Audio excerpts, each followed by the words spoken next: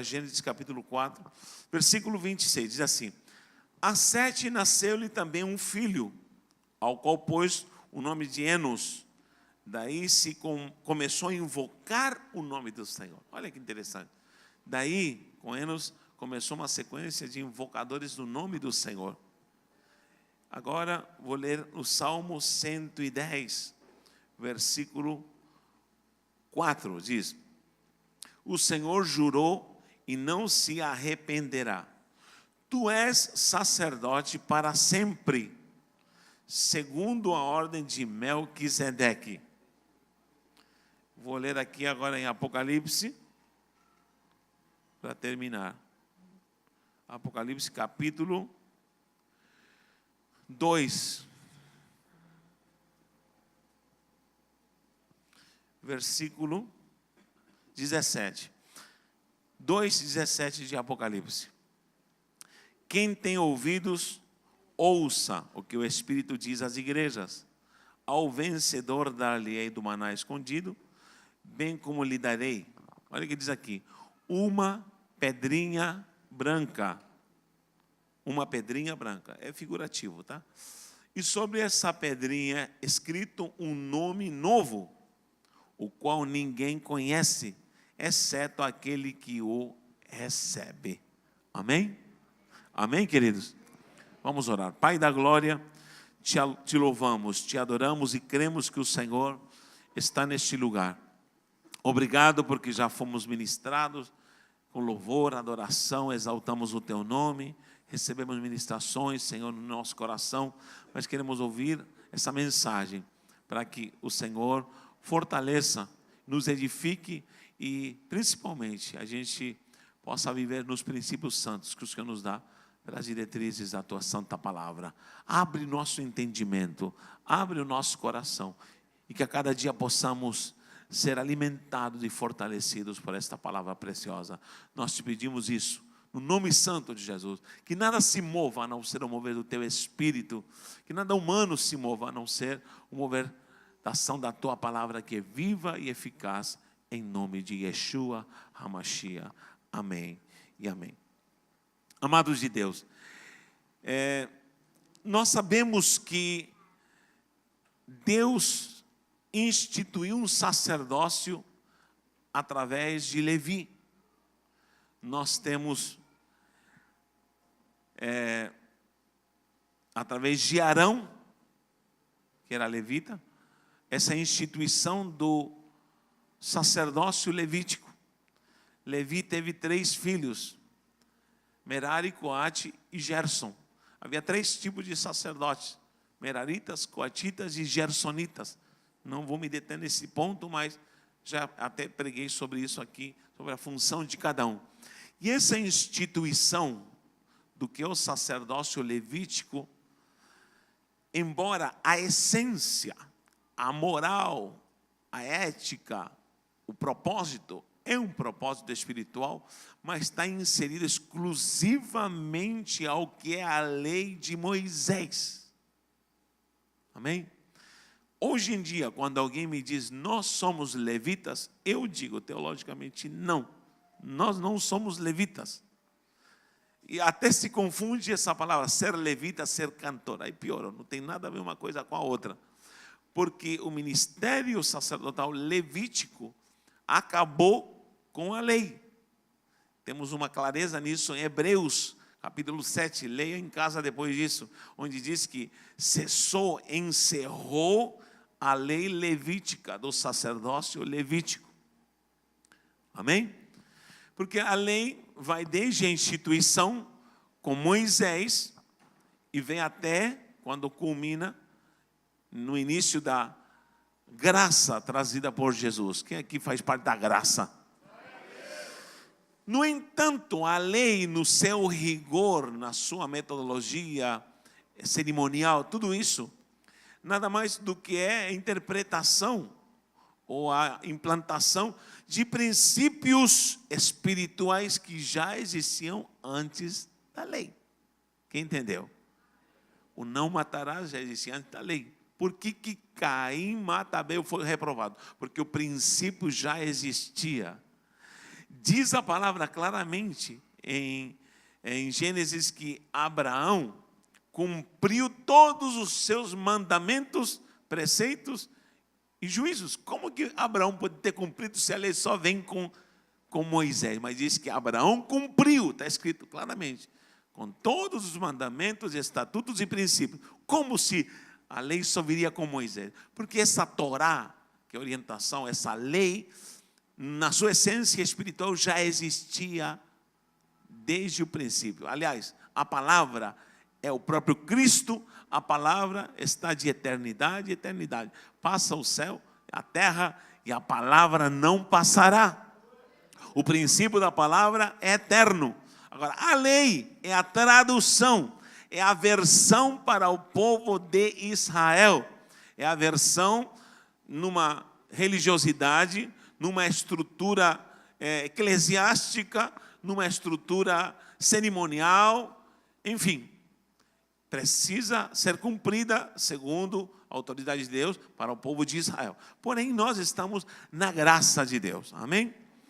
Só que há coisas que não são do que é a lei mosaica, que estão antes vivenciadas, e nós a vivenciamos hoje ainda, e sempre serão vivenciadas porque são de uma natureza eterna.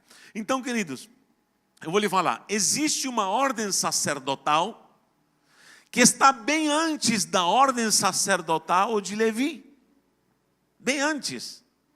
Eu lhe pergunto uma coisa, Adão foi feito o que aqui na terra? Onde ele estava, nesse jardim? Um administrador, era um sacerdote, era um mediador. Ele adorava, ele ministrava.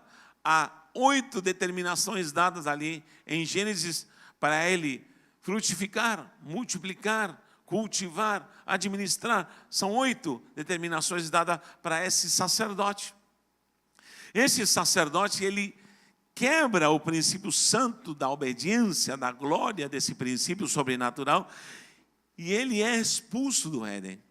Mas eu vou lhe falar uma coisa, Deus com Adão levantou um sacerdócio santo, com Adão levantou um sacerdócio que era um sacerdócio eterno, e ele como sacerdote, no que era o seu contexto família, ele falha, ele quebra o princípio, ele desobedece, e ele é expulso, fracassa o seu sacerdócio, e ele perde a virtude, a comunicação, a glória, o poder e tudo que ele tinha em uso dos frutos desse jardim glorioso, ao ponto de falar diariamente com Deus. Quem está entendendo diz amém.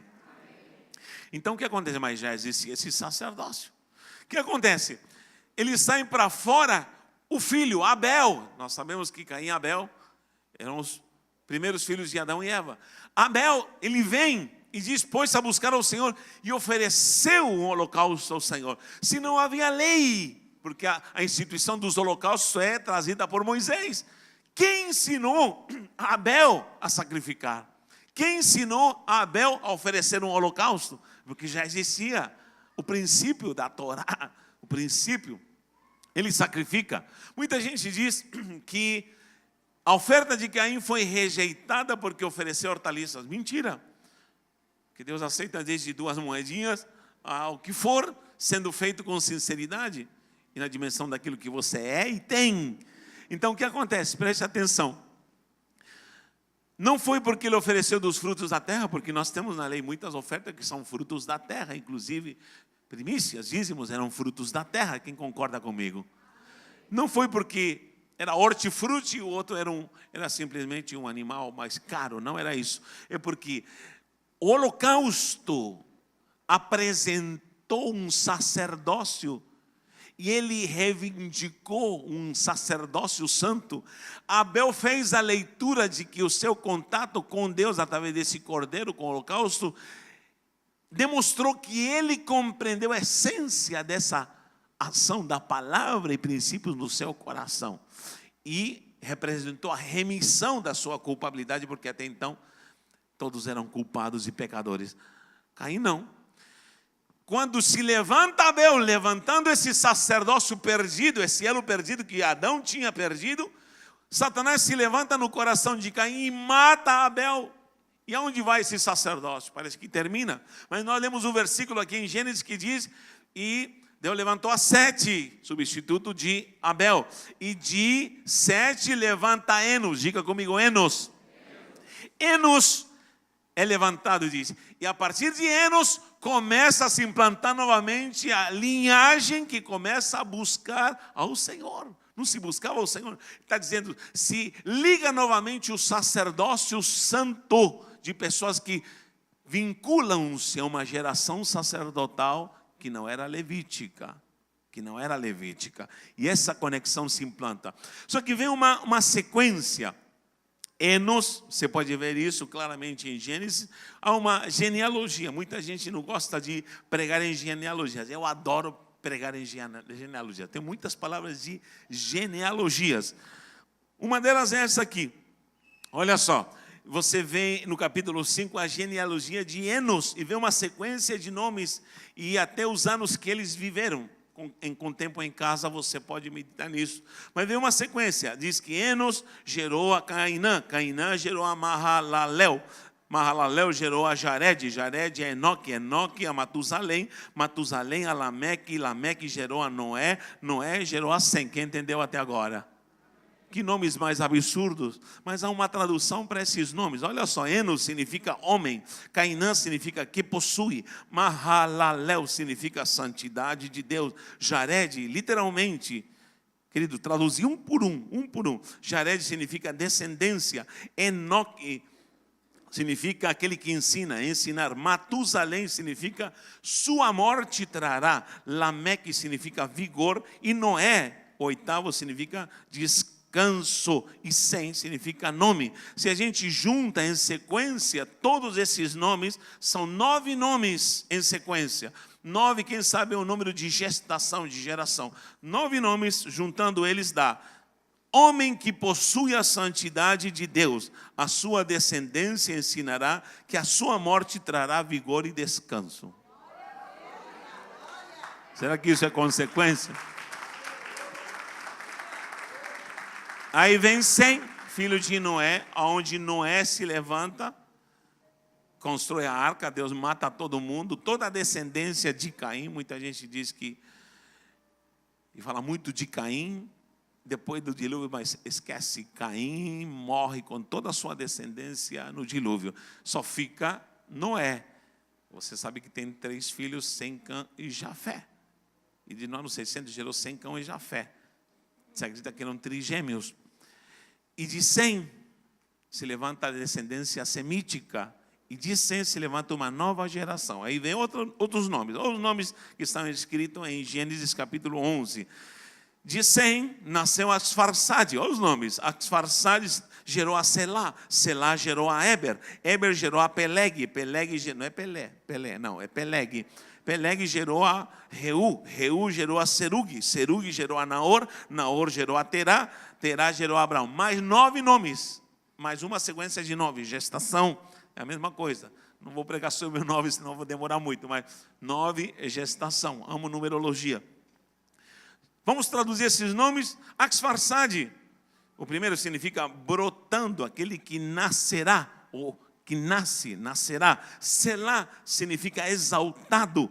Eber, aquele que ultrapassa. Por isso os hebreus são chamados de hebreus, por causa de Eber, aquele que ultrapassa, porque todos os hebreus ultrapassaram o rio. Abraão ultrapassou da Mesopotâmia para a terra prometida um rio. Eufrates, Moisés atravessou o Mar Vermelho, o Jordão foi Josué. Nós estamos sempre atravessando e passando para o outro lado. Olha que interessante. Jesus estava no barco e estava indo para o outro lado da margem. E mandou os discípulos, vão para o outro lado, vão para o outro lado. Diga para alguém, vá para o outro lado. Eber tem que ter essa característica. Sabe por quê? Porque Eber significa aquele que vai para o outro lado. Aquele que transpassa, aquele que vai além. Olha só, é uma passagem que Jesus está dormindo no barco. E quando Jesus dorme no barco, ele adormece e se levanta uma tempestade. Eu gosto do original no grego porque quando Jesus se levanta, todo mundo fala assim: mestre, o mar se revolta, as ondas nos dão pavor, o céu se reveste, não temos um salvo. Jesus está no barco. E eles falam isso. Aí eles falam: não se te dá que morramos, podes assim dormir. Amém. Não se empolgue. O que acontece? Jesus desperta e fala assim: o que está acontecendo? A tempestade está açoitando o barco. Ele fala assim: não tendes fé, porque sois tímidos. Só que no original, no grego, está escrito: que tipo de hebreus vocês são? Sabe o que significa? Hebreu é aquele que é perito em atravessar do outro lado. Ou seja, Jesus pergunta: que tipo de hebreus vocês são? Tem gente que está passando dificuldade, luta e diz: ai meu Deus, acho que não vai dar. Jesus te diz hoje: que tipo de hebreu você é? Que tipo de homem você é? Diga para alguém: você vai passar do outro lado ou não vai? Quem vai passar da glória a Deus? Aleluia. Aplaude ao Senhor, se é para Jesus.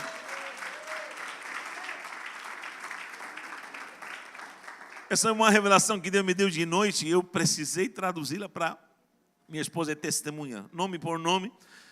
Só que Axfarsad, sei lá, Parem Peleg, aliás, Eber, que significa que passa além. Aí Eber gerou a Peleg. Peleg significa separar, dividir. Peleg gerou a Reu, segundo Gênesis 11, significa aquele que ama, aos que o amam. Serug significa rebento, geração. Naor, Serug gerou a Naor. Naor significa soprador, soprador. Terá significa estabelecer, estabelecer. Por isso Terá se deteve e não chegou na terra prometida.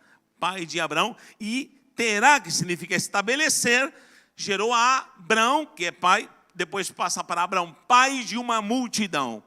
Ou seja, Axfarsad gerou a Selá, Selá a Eber, Eber Peleg, Peleg Reu, Reu a Serug, Serug a Naor, Naor a Terá, Terá a Abraão. Mais 9, quem entendeu? Vamos à tradução, já vimos, agora vamos juntar essa frase desse nome. Sabe o que dá?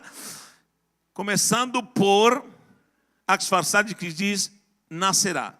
Nascerá um que será exaltado, que transpassará e separará aos que o amam, como geração estabelecida, como pais de multidão. Queridos, isso que é a geração eleita do Senhor.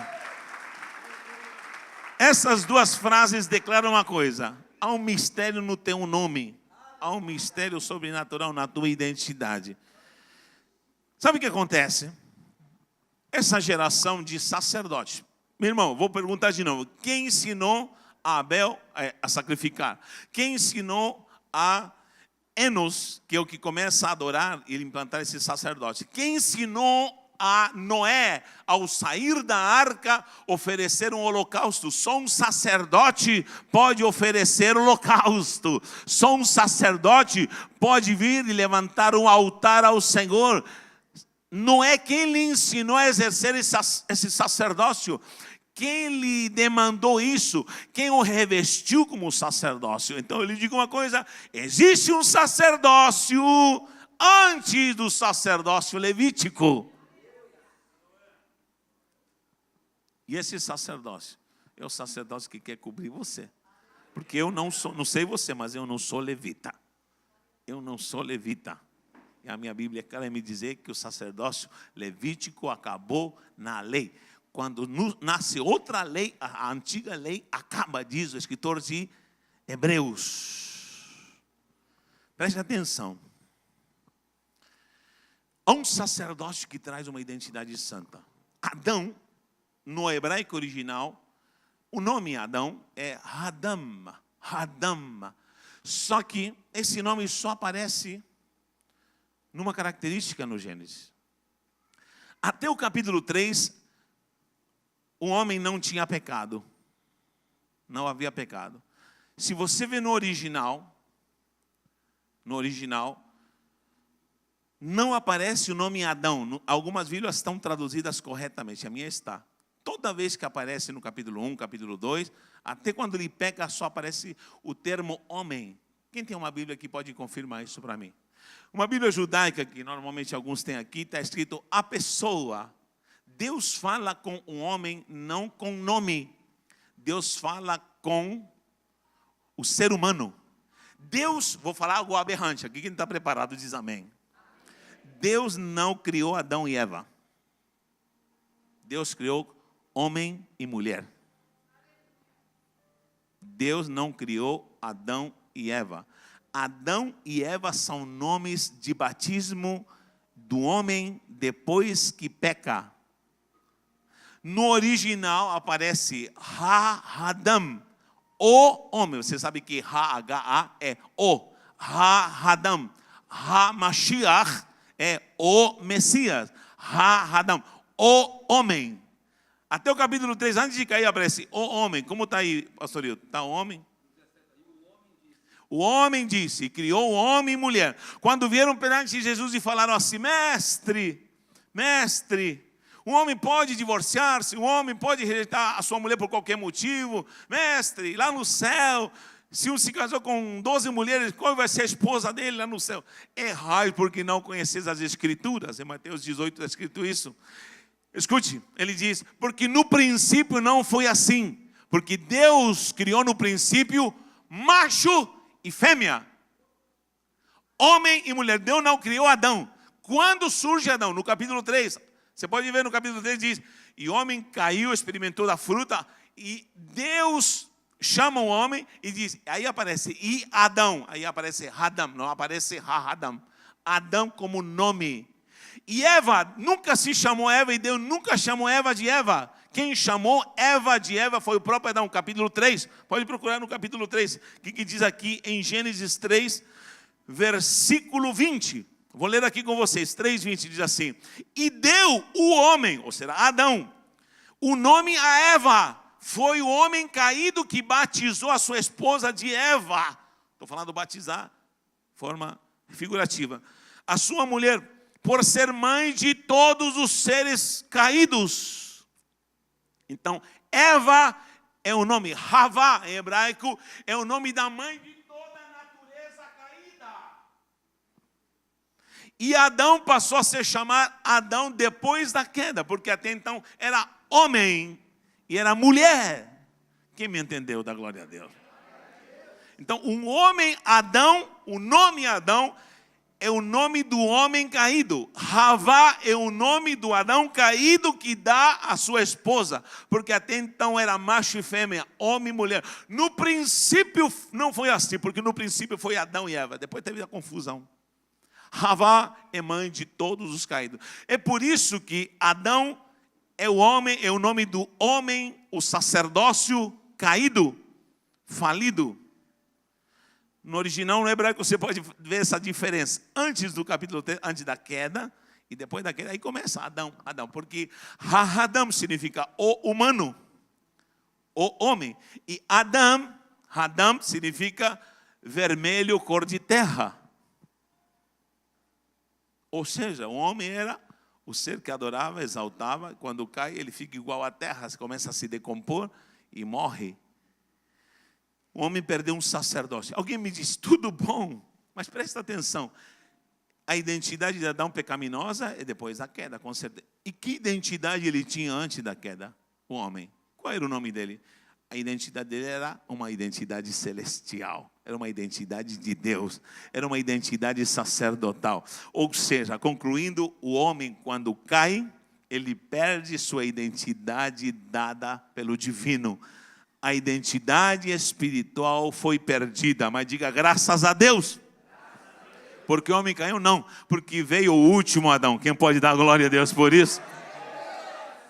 Olha só, eu ensino sempre na cultura aqui do ensinamento para casais, de que uma mulher tem o dom de propagar cultura e educação inserida no seu modus vivendi. Por exemplo, eu sou chileno, eu comi sempre comida chilena que a minha mãe fez, pratos chilenos, estilo chileno, cultura chilena. Me casei com uma brasileira, ela Pois isso é inconscientemente, até na subconsciência. É a mulher que impõe sua cultura dentro do lar. Sim ou não? Eu passei a me adotar como brasileira, ela trouxe uma cultura. Meus filhos estão sendo educados numa cultura brasileira. Mesmo que seja entre brasileiros. Cada casa tem uma cultura, concorda comigo? Cultura intralar. Homem, você se casou, diga amém. Não quer implantar a tua cultura dentro de casa. Que mamãe fazia assim, você vai apanhar.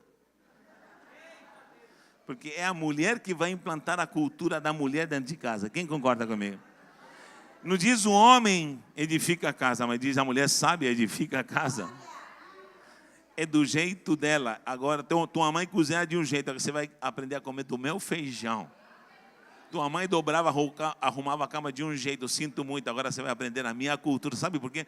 Porque mulher tem o dom de externar e propagar a sua cultura, por incrível que pareça. É por isso que Havá nos deu uma herança, Eva nos deu uma herança. Qual é a herança? O pecado.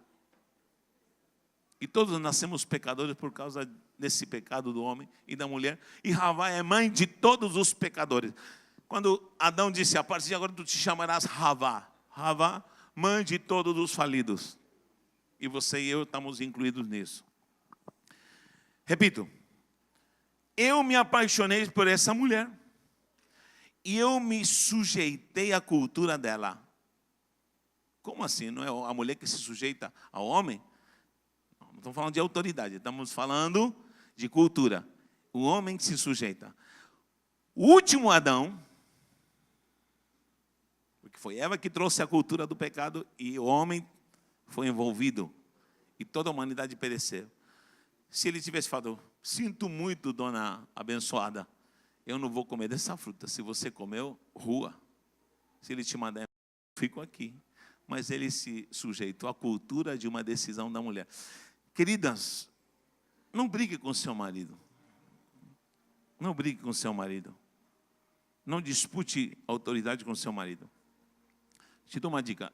Só deixa ele pensar que ele está no comando. Você vai ganhar todas.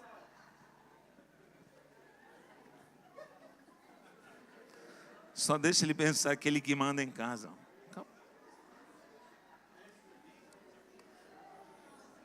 Olha aqui. Eu já vi. Eu vou falar com a autoridade isso, escute. Eu já vi muita mulher. Desculpa a palavra. Que o marido é um traste. Mas ela consegue desenvolver o ministério. Posso completar? Isso aqui eu já vi muito homem santo, ungido, poderoso, que a mulher não vai e não vai. Acabou. Por que será? Que mistério é esse? Elas conseguem ser a gente. Ai do homem que a sua esposa não lhe acompanha. Homem, quando a tua esposa diz, eu não estou sentindo, não sinta também. Esse negócio está estranho. Cuidado. Eu tenho cuidado com isso, meu irmão. Então, queridos, não sei qual é o mistério, mas mulheres conseguem desenvolver. Aqui uma pastora ungida. Terra, Bahia, ou glória. E eu já conheço muitas Déboras, onde o lapidote. Porém, não vi um sacerdote exercer em plenitude seu sacerdócio se a mulher não está com ele. Aliás, onde está tua esposa? Nunca vi um sacerdote que a esposa não acompanha prevalecer. É duro o que eu estou falando, mas é a verdade. Eu preciso falar isso. Nunca vi alguém, homem, promover discipulado se a esposa não é discípula. Nunca vi um homem promover multiplicação se a sua esposa não promove multiplicação. Nunca vi um pastor cuidar e aconselhar a igreja com sucesso se a sua esposa não aconselha e não promove a dinâmica do abraçar. Vamos cuidar das nossas esposas. Vamos cuidar das nossas esposas. Adão só é Adão e Havá. Adão e Havá, Adão e Eva, só tem esse nome depois que caem. Porque Deus criou homem e mulher. Macho e fêmea os criou. E eles tinham impregnado a identidade de Deus. É engraçado que quando Deus chama e diz Adão, aí já mudou, não diz mais homem, mas diz Adão caído, onde tu estás? Aonde tu estás? Escute bem, nessa sequência se perdeu esse sacerdócio,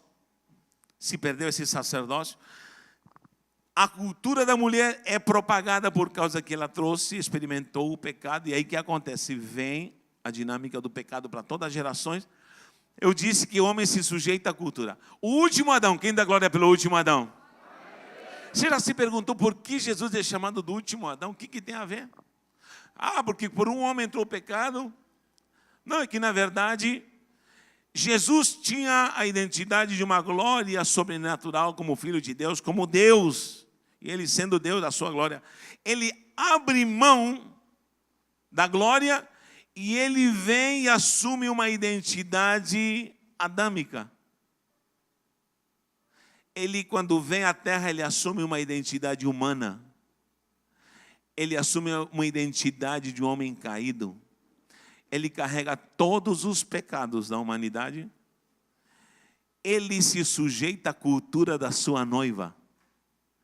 E se sujeitando à cultura de uma raça humana falida, Ele fica aqui, humano, não em pecado, porém assume todos os pecados. E o Pai o abandona. Segundo, nunca diga que foi Satanás que castigou a Jesus na cruz. Quem matou Jesus não foi Satanás. Quem condenou e matou e entregou foi o próprio Pai. Afasta de mim esse cálice.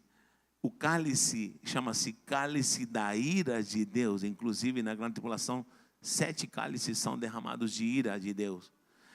E esse cálice da ira de Deus, da vingança de Deus, Jesus disse, eu estou com medo de bebê-lo, porque eu sei o que o Senhor colocou nesse cálice.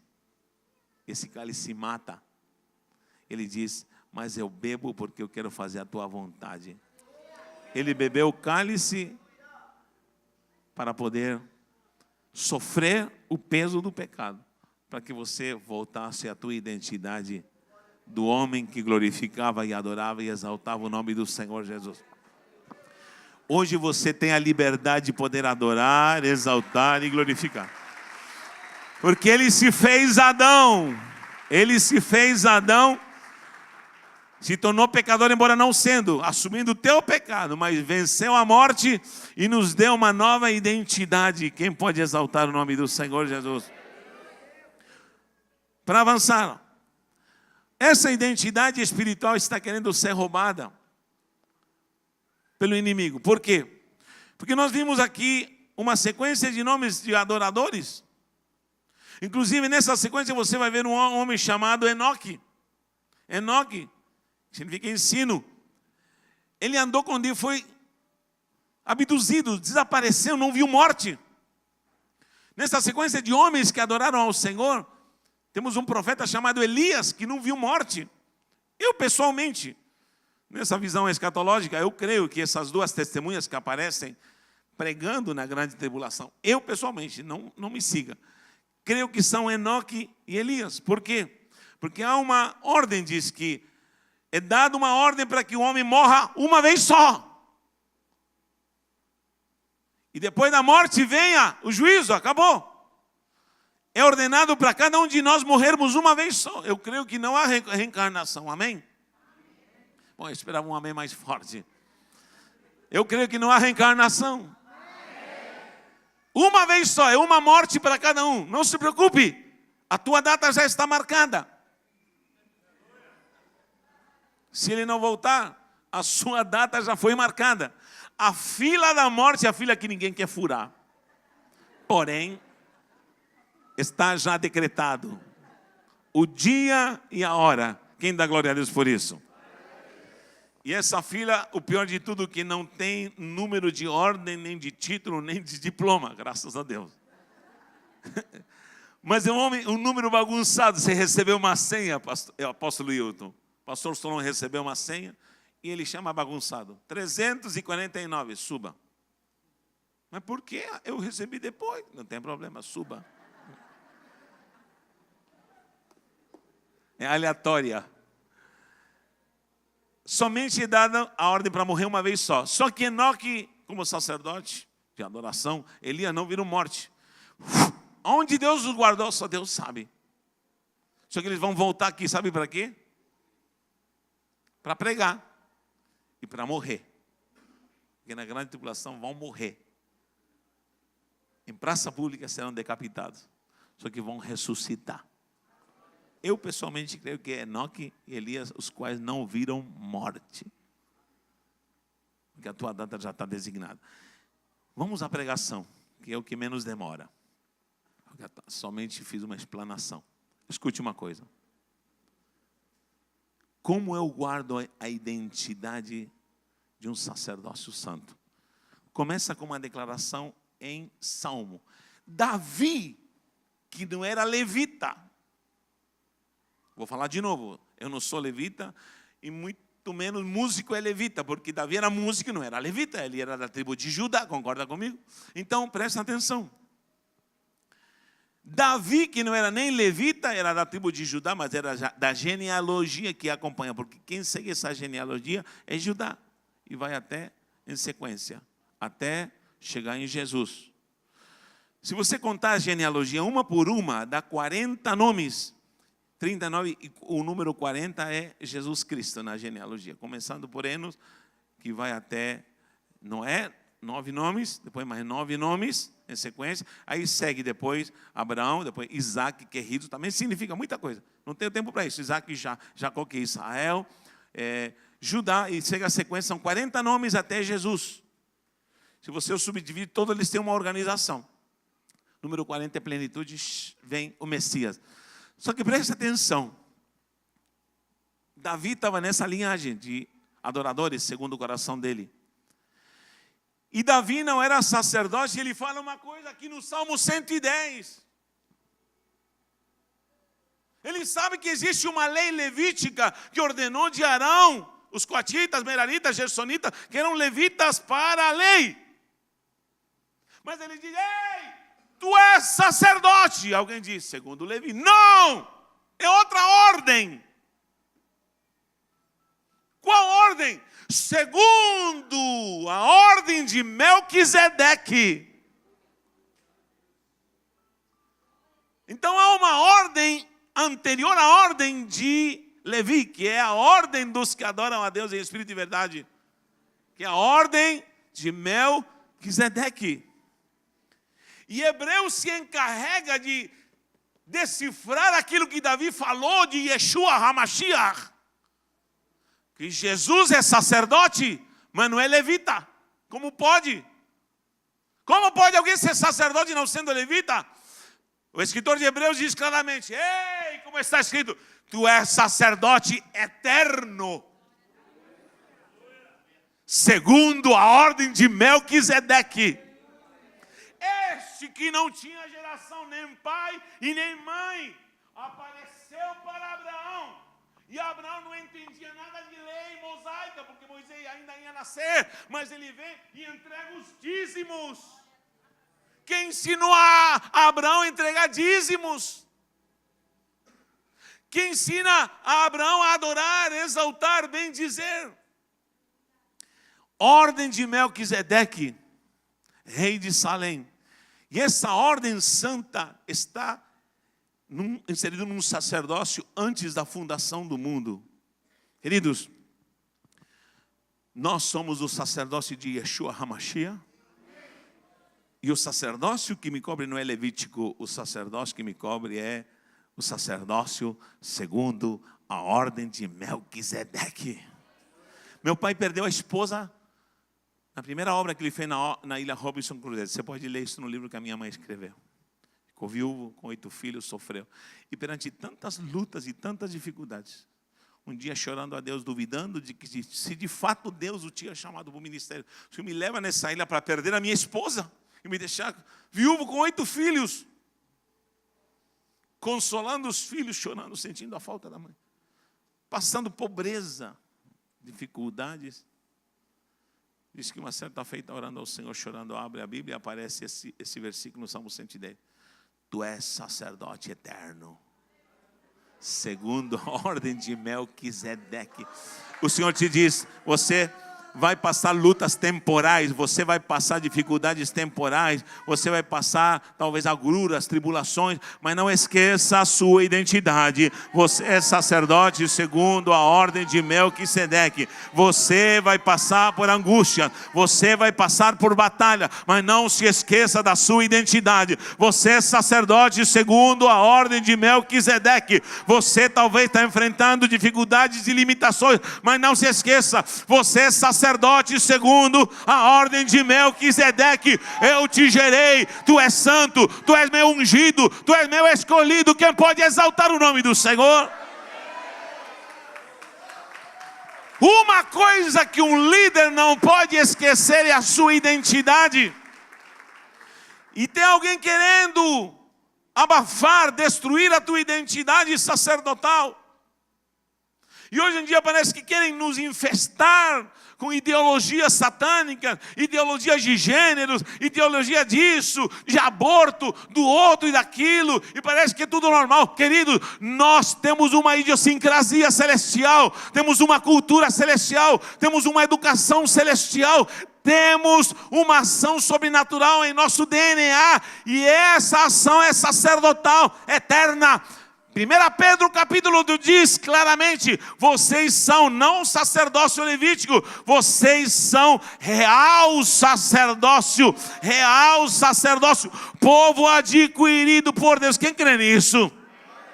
Vós, porém, sois raça eleita, sacerdócio real, nação santa, povo de propriedade exclusiva de Deus, a fim de proclamar as virtudes daquele que vos chamou das trevas para a sua maravilhosa luz. Vós sim, que antes não erais povo, mas agora sois povo de Deus, eleito. Não tinhas alcançado misericórdia, mas agora alcançaste a misericórdia. Quando Deus diz, eu te chamo pelo teu nome, não pense que é o teu nome. Esse nome que te deram foi aqui na terra. Há um novo nome escrito no cartório do céu. Eu vou lhe falar uma coisa. Há uma nova identidade. Eu li em Apocalipse. Igreja de Pérgamo, qual é a situação dela? Éfeso, Esmirna, Pérgamo, Tiatira, Sardes, Filadélfia, Laodiceia. 7 igrejas. Pérgamo, o caso dela. Ali é um trono de Satanás, literalmente na cidade de Pérgamo, ali na Turquia, na Ásia Menor, uma das 7 igrejas, havia um trono. Nero estava ali com um trono, onde havia um panteão, onde haviam deuses. E ali morre o primeiro bispo da Ásia, chamado Agripa. Você pode ler isso em Apocalipse capítulo 2. E o que acontece? Esse bispo morre como mártir. E ele diz, eu tenho uma coisa contra ti. Pastor da igreja de Pérgamo. Você tem tolerado a doutrina de Balaão. Vocês estão perdendo a identidade. Vocês estão se perdendo em fábulas. Vocês estão se perdendo em princípios que não são princípios santos. Ali está o trono de Satanás, que muitos usam na batalha espiritual como tronos geográficos, territoriais. Não quero nem saber de tanta coisa que pode ser deduzida disso, mas Pérgamo era uma cidade oficializada como a cidade dos pergaminhos. Pergaminho era um pedaço de couro onde se faziam decretos em Roma. Então, há decretos malignos contra você, há decretos malignos contra a tua identidade, há decretos malignos contra essa igreja de Pérgamo. Há decreto satânico, inclusive Nero mandou matar o bispo chamado, o primeiro mártir, vamos falar assim, dos bispos nessa igreja, chamado Antipas. Aqui no versículo 13 do capítulo 2 está escrito isso. O bispo Antipas morre. E há uma ação maléfica nessa cidade, nesse território. E João, usado pelo poder do Espírito, Cristo fala à igreja de Pérgamo, fala assim: ei, se vocês vencerem essa ideologia maligna que está agindo contra a igreja, se vocês vencerem essa doutrina maligna chamada de Balaão, se vocês vencerem essa idolatria que está entrando dentro da igreja, queridos, são identidades satânicas e malignas que estão atingindo, às vezes, o nosso meio. Quem é que é líder nessa visão sobrenatural? Quem é líder desse evangelho glorioso? Você sabe o que estou falando. A identidade que querem te tomar, guarda o teu coração, porque a tua identidade quer ser roubada. Você não pode perder a tua identidade santa e gloriosa. Quer ver alguém que se perde dentro da igreja, se perde no discipulado, é alguém que começa a perder a identidade. O teu discípulo, quando ele começa a fazer ou ser desenvolvido por um código maligno, você diz: esse cara está desconfigurado. De fato, o diabo perdeu, roubou, sugou com uma doutrina nicolaíta, com uma doutrina de Balaão. Eu não sei se você já teve na tua equipe alguém que foi desconfigurado com uma doutrina nicolaíta, uma doutrina de Balaão. Eu não sei se alguém começa a se infestar com coisas malignas, de coisas que vê, coisas que ouve, coisas que se falam pelo seu andar. Há poucos dias eu mandei uma mensagem para todos os apóstolos da regional e falei assim: ei, sobretudo guarda o teu coração, porque dele procede a vida. Mandei para todos e tive reações de todos, me mandando alguma coisa, me respondendo alguma coisa. Muita gente que eu estava preocupado vendo coisas. Não, queridos, eu estou te falando algo. Guarda o teu coração, porque dele mana a vida. O teu coração está sendo assolado para desvirtuar uma maneira de pensar santa, uma maneira de pensar, de falar santo, um modo de andar santo. E essa é a missão: desconfigurar lideranças.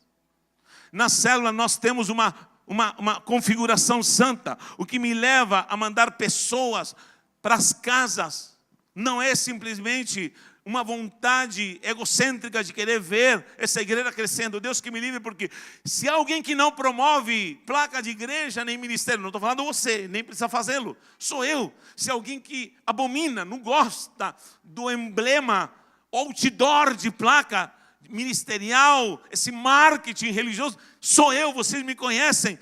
Eu quero pregar o evangelho, quero promover salvação, quero promover libertação, mas preste atenção, jamais eu o faria com pessoas descodificadas, pessoas promovidas com outra intenção. Quem vai entrar nas casas, quem vai libertar esse povo, quem vai levar o evangelho, são sacerdotes segundo a ordem de Melquisedeque. São homens santos que vão chegar nas casas e vão falar: chegou o reino de Deus. Isso vai tomar a sua casa, isso vai tomar teu bairro, isso vai tomar tua célula, isso vai tomar tua geração, isso vai tomar tua família. A ordem de Melquisedeque está aqui, esse sacerdócio santo está aqui, uma identidade espiritual. É por isso que Jesus falou para a samaritana: mulher, chegou a hora que não vai ser em Jerusalém, chegou a hora que não vai ser em Samaria, não vai ser nesse monte, não. Sabe onde vai ser adoração? Onde você estiver. Sabe por quê? Porque o Pai está procurando adoradores que o adorem em espírito e verdade, que se conectem no sobrenatural de Deus, que vivam uma codificação santa, que levante as mãos, glorifiquem, adorem, e lá no céu se escute para a glória do Senhor. Nós somos essa geração, mas, querido, o diabo está decodificando pessoas, discípulos, e nós temos que vigiar. Mas há um remédio, diz: ei, quem vence esse processo maléfico, eu lhe darei maná celestial. E lhe darei, por isso que ele destaca isso, lhe darei uma pedrinha branca que tem um novo nome. Vença e eu vou te dar um RG novo, com um novo nome, uma nova identidade. Se alguém me pergunta: que pedrinha é essa? É o teu RG do céu, onde você tem um novo nome, você tem uma identidade sacerdotal e só você sabe o nome. Meu Deus, que nome é esse? Que nome é esse? É um nome celestial. Diga para alguém: o céu já mudou o teu nome, meu querido. Diga: você tem um nome celestial. Quem pode dar glória a Deus? Quem entende isso? Aleluia.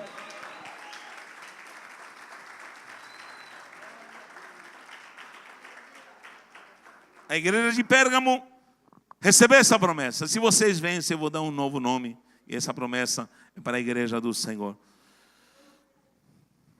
Quando você é alinhado nessa santidade, você começa a recuperar a tua identidade. E você vê o quanto você se perdeu às vezes. O quanto você está decodificado. E o quanto você precisa se alinhar. E falar, Senhor, eu preciso estar contigo. E viver o teu sacerdócio santo. Eu escutei uma frase essa semana que dizia assim: se você saiu da igreja, não estou falando do contexto local, embora exista igreja local. Se você saiu da igreja por causa dos homens, talvez é porque você entrou na igreja, quem sabe você entrou nela e não foi por causa de Jesus. Se você saiu da igreja por causa dos homens, é porque você entrou na igreja não por causa de Jesus. Quanta gente se perdendo. Mas Deus está levantando uma geração santa. Um real sacerdócio. Um povo adquirido por Deus. Alguém que vai dizer, eu quero ser adorador. E adorador em espírito e verdade.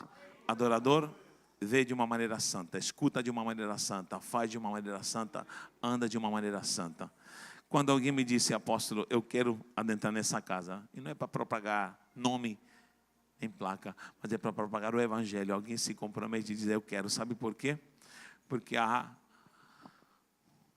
um segmento dentro da igreja que são chamados crentes domingueiros, que porque eles vêm aqui, contribuem, fazem, estão presentes no domingo, já é o suficiente.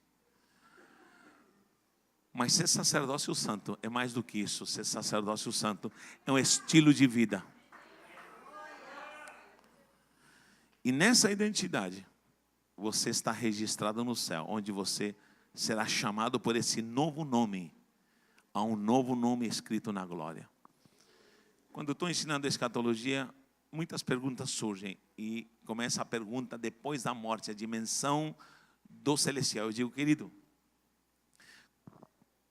para começar, uma das coisas, não há cronos depois da morte. Cronos é o tempo que te rege aqui. Se alguém parte, está consciente ou inconsciente, está vivo ou está dormindo.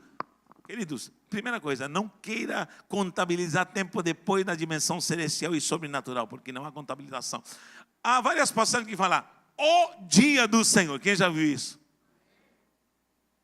Anda com mais o dia do Senhor. Essa é a revelação que Deus me deu. Sabe o que acontece quando, ou morrendo, ou escutando a trombeta? Eu creio que nós vamos escutar. Se não, você vai partir de qualquer jeito. Mas a partir do toque da trombeta, ou a minha morte, começa para você e para mim, o dia do Senhor.